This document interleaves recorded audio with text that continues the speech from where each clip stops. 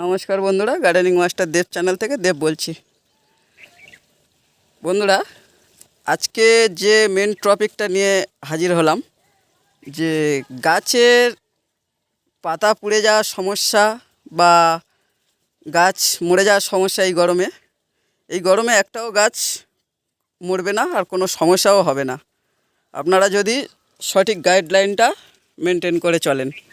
দেখুন বন্ধুরা, দেখুন এই গরমে দেখুন পাতা পড়া কোনো চিহ্ন আছে? দেখুন দেখুন নতুন কচি পাতা আসছে, কোনো পাতা পড়ার দাগ নেই। দেখুন নতুন কচি পাতা হোক আর পুরাতন পাতা, একটাও পুড়বে না। পাতা কিভাবে পুড়বে আপনাদের দেখিয়ে দেব, এই ভিডিওতে সব দেখাবো। দেখুন বন্ধুরা, আমি মালচিং করেছি কি দিয়ে? গরুর ঘুঁটে দিয়ে। এই আমাদের এলাকায় যে ঘুঁটে হয়, গরুর গোবরের ঘুঁটে দিয়ে করেছি। আপনারা কী দিয়ে করবেন? যে আপনাদের এখানে তো ঘুঁটে পাবেন না, যদি পান তো খুব ভালো হবে, যদি না পান তো কিচ্ছু করার নেই। দেখুন,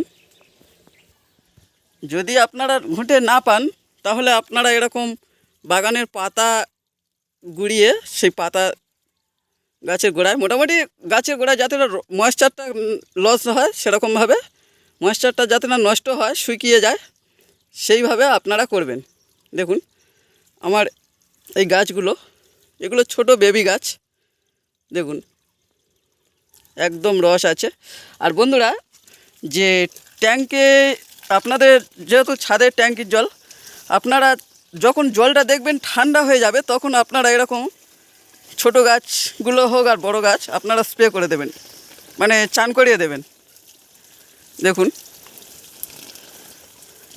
এরকম চান করিয়ে দেবেন, এরকম বড় গাছ হোক আর ছোট গাছ হোক, আপনারা সব চান করিয়ে দেবেন গাছে। আর বন্ধুরা দেখুন, পাতা পড়ার সমস্যাটা আপনাদের বলবো আজকের।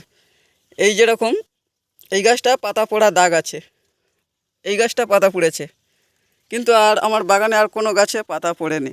দেখুন দেখাচ্ছি কি সমস্যা।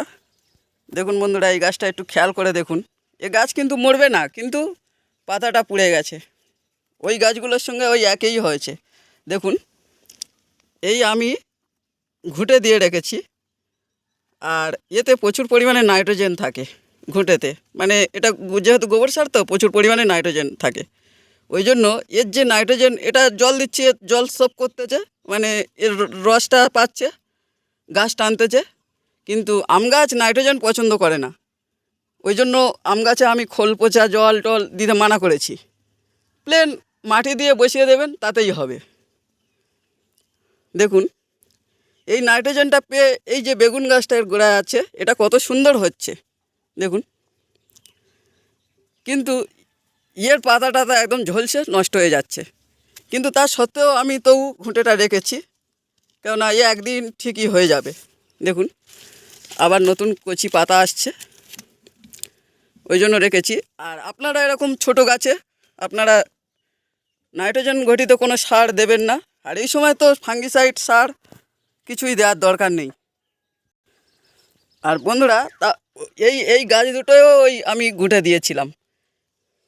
আমি কোনো মানে বিজ্ঞানী নই, আমি আমার মানে বাগানে যেটা করে দেখছি যে এটা করা যাবে না, সেটা ট্রাই করছি, করে যে যদি সাকসেস হই তবে আপনাদের সাথে সেগুলো তুলে ধরছি। দেখুন বন্ধুরা, এইসব একটাও গাছের পাতা পুড়বে না, আপনারা এরকমভাবে করুন। আর সকাল সন্ধ্যা চান করে দিন গাছকে। আর আমি একটা ইউটিউব চ্যানেলে দেখছিলাম, নাম বলবো না, সেই চ্যানেলটা দেখছি যে দুপুরেও মানে গাছকে দুপুরেও চান করাতে বলছে। আপনারা একদম দুপুরেও চান করাবেন না, সকাল সন্ধ্যা চান করাবেন। মোটামুটি ট্যাঙ্কের জল ঠান্ডা হলে তবে করাবেন, তাতে রাত হবে চান। আপনারা এভাবে চান করাবেন গাছকে নিয়মিত, আর প্রত্যেক দিন বুঝে বুঝে জল দেবেন। জল গাছকে বুঝে বুঝে দিতেই হবে, সেটা আমি আপনার বাগানে গিয়ে মানে দেখে দিয়ে আসবো না, বা অন্য কেউ দেবে না। আপনি বাগান করেছেন, আপনাকে এই জলটা বুঝে বুঝে দিতে হবে আর কি। বন্ধুরা তাহলে এইভাবে করুন। আর আরেকটা কথা, আপনাদের কোনো এরকম বেবি গাছ থাকলে, ধরো এরকম ছোট একটা চারা গাছ কিনে এনেছেন আম গাছ, তখন আপনারা কি করবেন, সেটা এরকম বড় আম গাছ যেগুলো বা বড় যে কোনো গাছগুলো তার ছাওয়ায় রেখে দেবেন। মোটামুটি এই গরমে তার ছাওয়ায় রেখে দেবেন। দেখুন কত কচি পাতা, নতুন পাতা এসছে, এর পাতা পড়ার দাগও নেই। বন্ধুরা, ভিডিওটা যদি ভালো লাগে লাইক কমেন্ট শেয়ার করবেন, সাবস্ক্রাইব করে আমাদের পাশে থাকবেন। আর আপনাদের যে সমস্যাগুলো হবে গাছ সম্বন্ধে, সেই সমস্যাগুলো সমাধান আমার এই চ্যানেলে পেয়ে যাবেন। ধন্যবাদ।